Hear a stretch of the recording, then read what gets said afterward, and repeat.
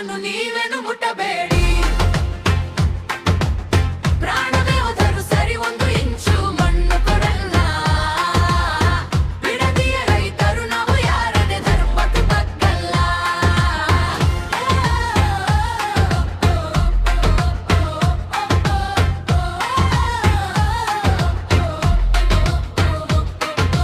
ಬೈರಮಂಗಲ ಹೆಣ್ಣು ಮಕ್ಕಳು ಕೈಲಿ ಪೊರಕೆ ಹಿಡಿದು ನಿಂತಿದ್ದಾರೆ. ಸರ್ವೆ ಮಾಡೋಕೆ ಬಂದರೆ ಇಲ್ಲಿ ಅಧಿಕಾರಿನ ಅಟ್ಟಾಡಿಸ್ತಾರೆ.